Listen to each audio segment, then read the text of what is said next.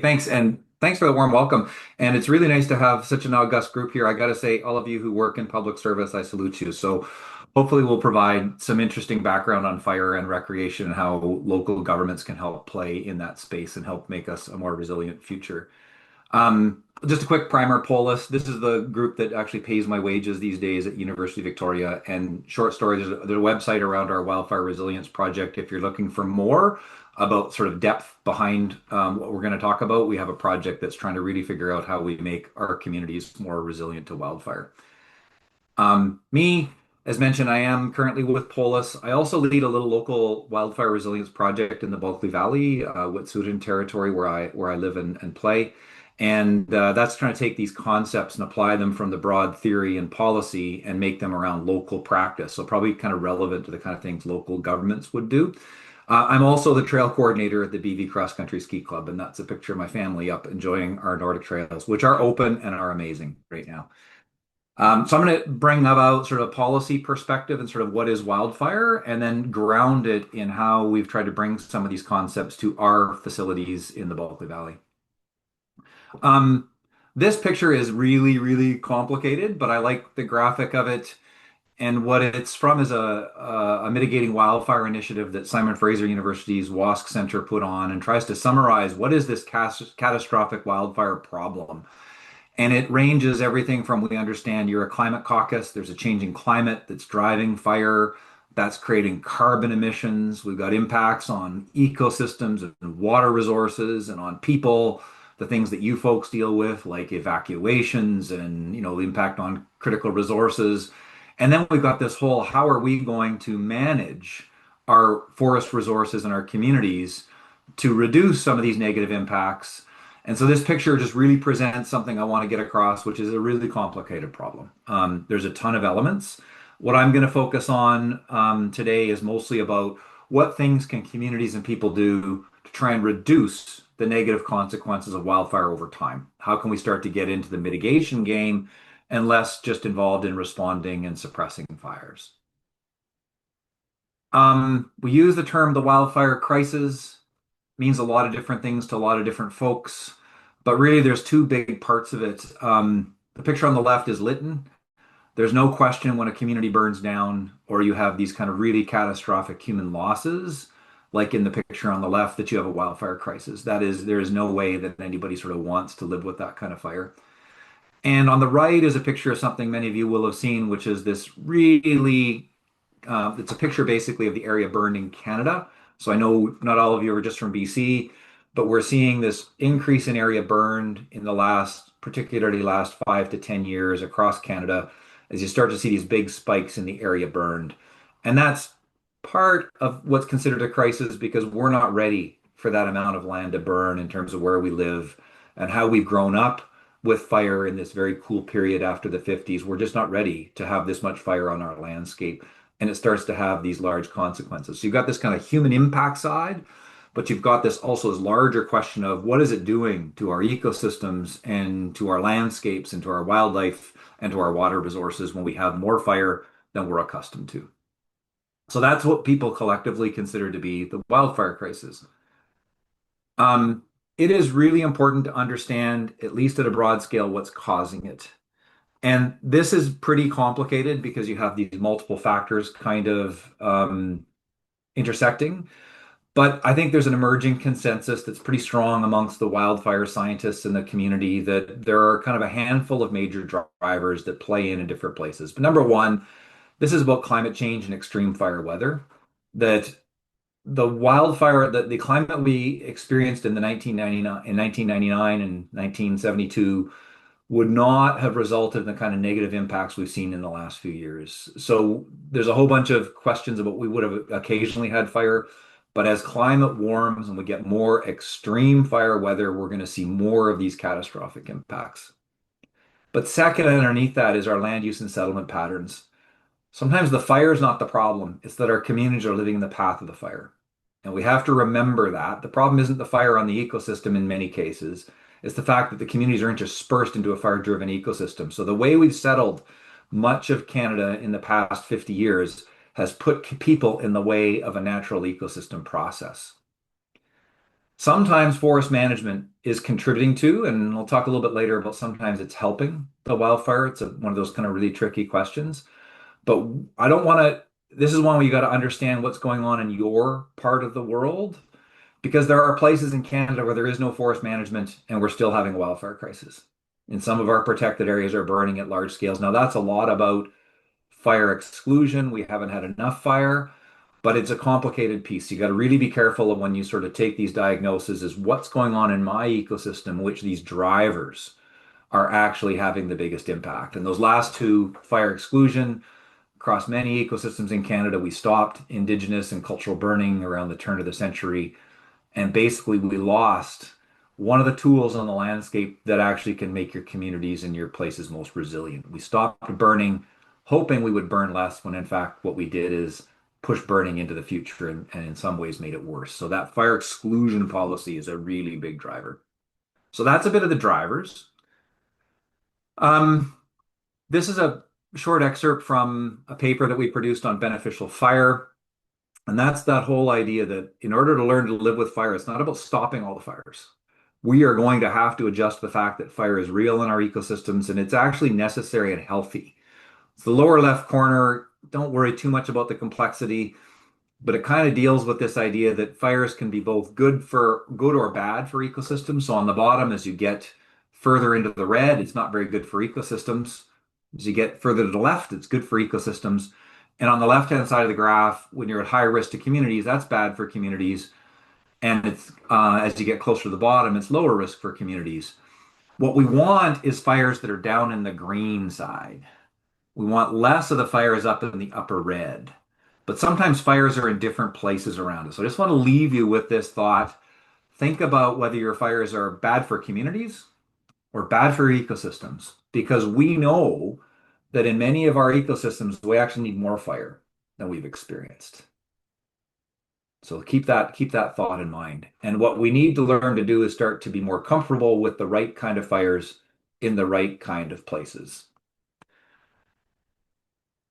This is a just a bit of a extension of that is that we grew up in with Smokey the Bear. And we grew up in a paradigm back to that fire exclusion policies of the post-colonial period where stop all fires was the mental game. We first believed we could, and second, we believed we should.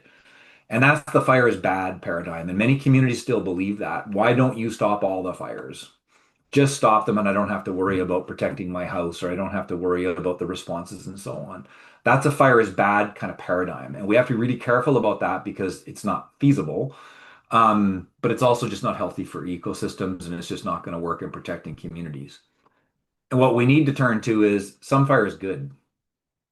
There's a lot of emerging kind of understanding about how important it is not only for reducing risk to communities, that fire at the right time is the most effective tool in some ecosystems to reduce your risk. Right time and right place. So the kind of fires that we choose to let burn or we actually choose to make burn. And also just all of these ecological niches, whether that's berries or certain kinds of wildlife habitat or certain kinds of ecosystems, grassland types that need fire to maintain themselves. So what we have to do overall, as this is a society-wide problem, is switch from always thinking about Smokey the Bear on the left to thinking about Amber the Firefox. And Amber the Firefox is the fire smart kind of mascot. Many of you will see Amber at a fair or somewhere near you. And Amber is like, I welcome fire of the right type. Not all the fires, but I welcome fire of the right type. So I just leave you with that idea that as you start to think about how communities respond, communities and local governments are a big part of that, have to start to come to grips with this. It's not all fires are bad, but some fires I need to stop, and I need to learn to prepare my community to live with those kinds of right fires. So think about that as you're looking at the tools that we can all apply in local communities. Um, I'm going to talk a little bit about lessons from Jasper. I hope someone's on the call from Jasper because I've been through, but I haven't talked to anybody in the community. It's on my to-do list, but there's a couple amazing reports from the Canadian Forest Service and from FP Innovations that have just come out about the impacts of the wildfire. It's probably now the best studied wildfire ever in Canada in terms of what happened, what caused it, how well did community preparedness and so on change it. So I'm going to give you a very, very quick summary to try to drive home some of these questions. Many of you will know the facts. 33,000 hectares burned, 25,000 people were evacuated, $880 million of insured losses, the second biggest wildfire loss in Canada. But a couple key things sort of start to arise. Back to this point, in the kind of weather that was experienced, wildfire suppression won't work. It was impossible to suppress that fire.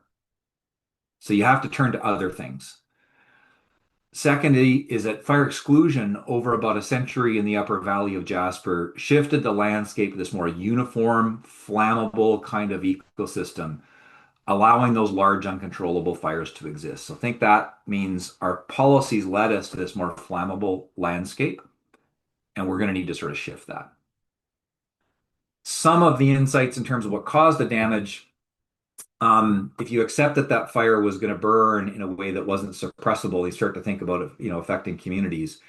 Structures ignited from the embers on flammable roofs and materials next to structures. And many of you who are familiar with FireSmart will know this. It's not a wall of flame that moves into a community. It's embers from 2 kilometers away that find a little flammable chunk and light the house. The big thing is that house then lit another house. And in fact, in Jasper, it was a ratio of about 4 to 1. And once it begins, your suppression, your firefighters are overwhelmed. They can no longer put out all the fires. Now, interestingly enough, in Jasper, I think again, there's just I think an emerging recognition that Jasper Park and Jasper Town were probably the leaders or among the leaders in Canada in mitigation work. They did it as well or better than anyone else. So when people started to criticize Jasper for having not done enough, that was people in glass houses because Jasper was far ahead of the curve. And yet, the evidence showed the treatments and work they'd done for 20 years reduced damage. The fuel treatments moderated fire behavior, and the fire smart treatments reduced structural damage. So the lessons are you still burn because we'll talk about that. Some more mitigation was needed. But the reality is Jasper had done a lot of work and that their work could have been, the damage could have been a lot worse. So these two reports end with this really great summary of what does the future look like if you don't want to repeat Jasper, either in the ecosystem or in the community, back to those 2 dimensions. And at the landscape scale, up the valley, you need to reduce the hazard. You have to find ways to manage fuels. In a park, that's probably not going to be much logging, but there has been some logging in Jasper, and now there's some logging in Banff, where that's the only feasible option. And you have to increase prescribed and cultural fires. So that's the package in this larger landscape. And at the community, you have to reduce your vulnerability when the fires eventually happen, and that's fire smart. And by vulnerability, we mean there's going to be a fire nearby, there are going to be embers. What you have to do is make sure your communities aren't going to light on fire when those ember showers eventually happen. And that's entirely feasible. There are well-known tools and tactics for doing that. So resilience requires a package. Treat the landscape, reduce the fuels, but also treat your communities and make them less vulnerable to the fire that will eventually happen. I'm going to say just a couple things about fuel treatment because it is very controversial. There is an emerging debate, which is quite polarized and I think unhelpfully polarized, positioning fuel treatment as either the panacea or the evil, and it is neither of those two. When we talk about fuel treatment, it's the modification of fuel. It's that simple. Fuel treatments, I'm using that term very specifically, they're designed with a specific objective in mind, and fuel treatment is not the same as logging. Logging often targets big trees and doesn't worry about the fine fuel. So if you think about lighting a fire, you don't light a fire with a log that's 6 inches in diameter. You light it with kindling and tinder.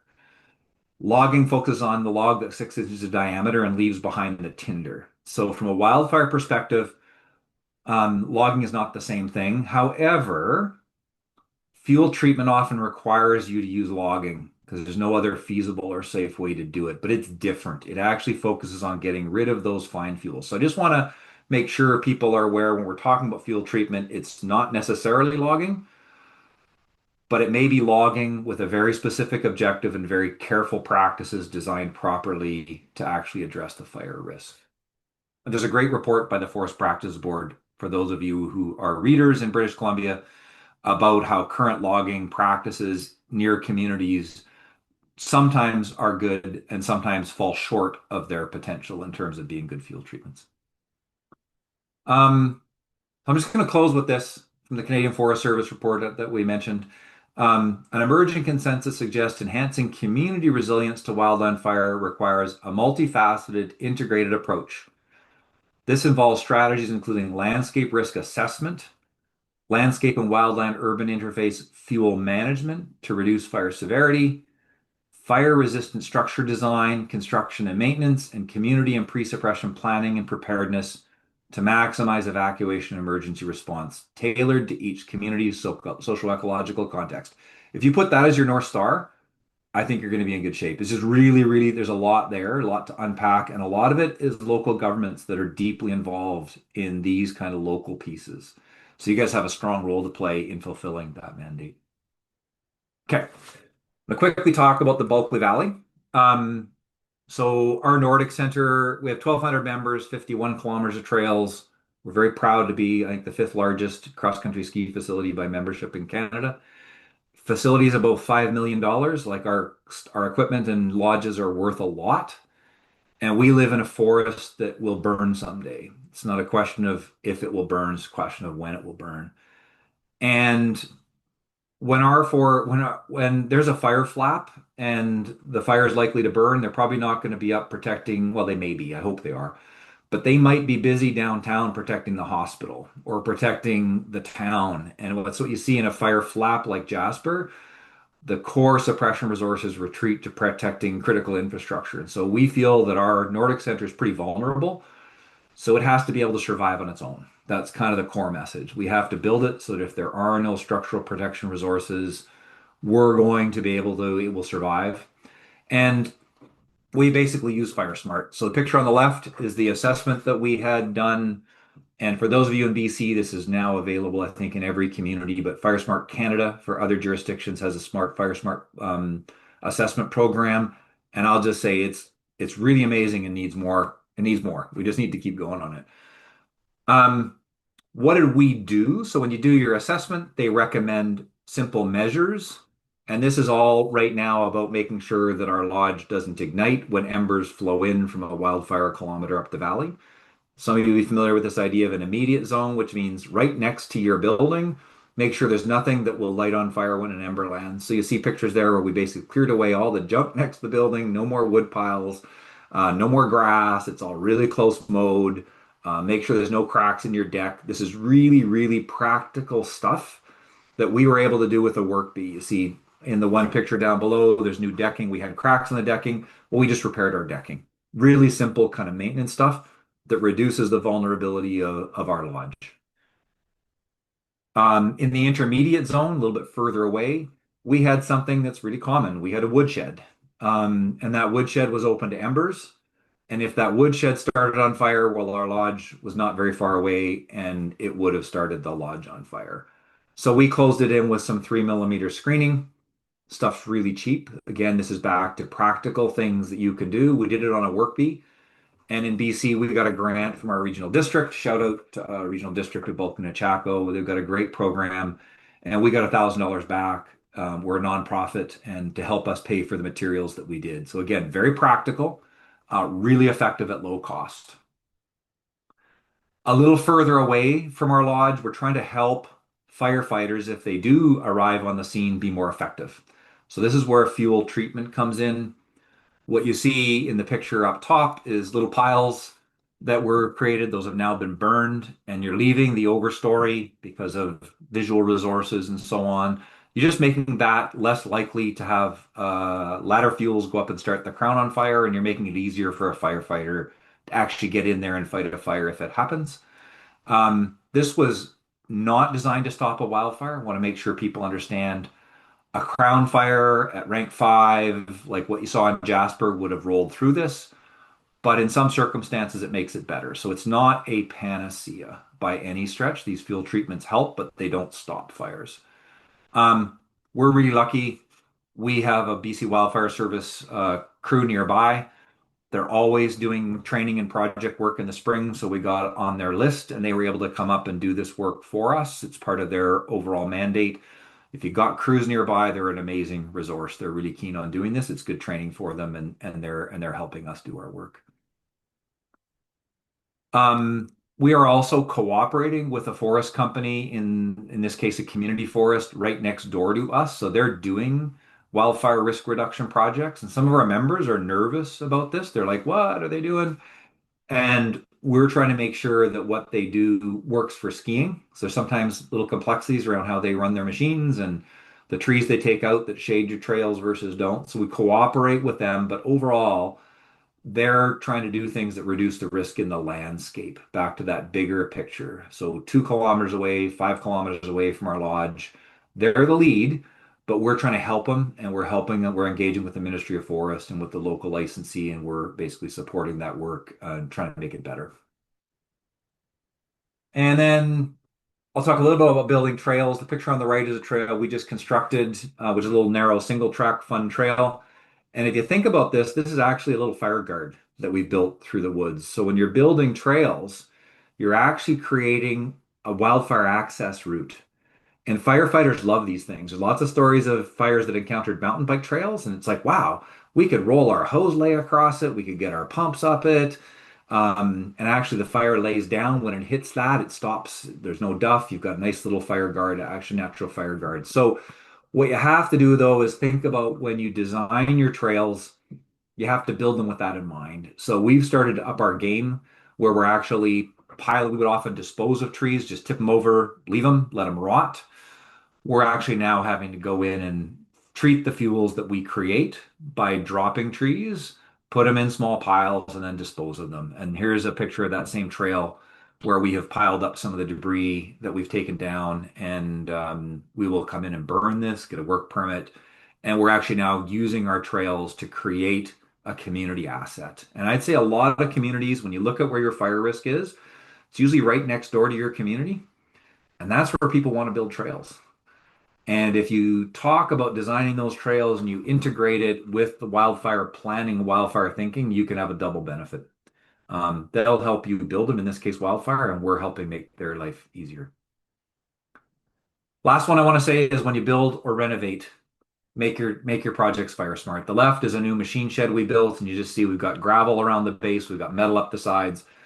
This building houses our brand new Prinoth Bison, $500,000 groomer. We do not want our groomer to burn. So we invested in making sure that that building will house it. And even on the right is an outhouse that I built last year. And you can make your outhouses just out of the right kind of material so that they're less likely to burn. And it's just, it was actually a pretty simple design change. Didn't require any more money, it just required us to think about how we did it. So what can communities do?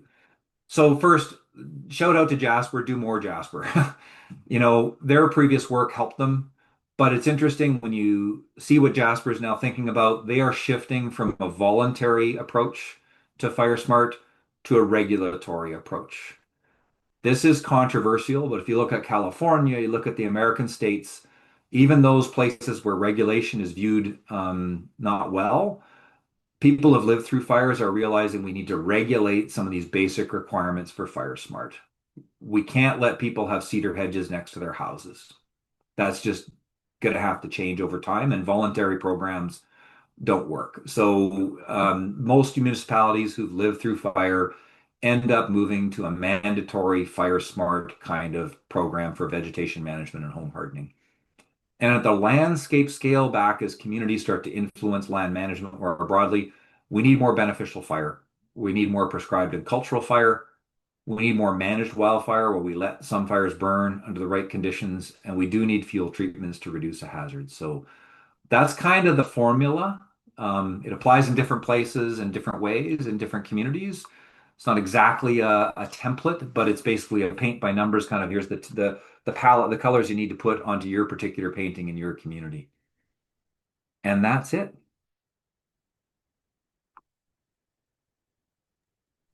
Amazing. Yeah, thank you, Kevin. I was just typing in the chat to say, get people to start their questions. With that, though, I will stop the recording.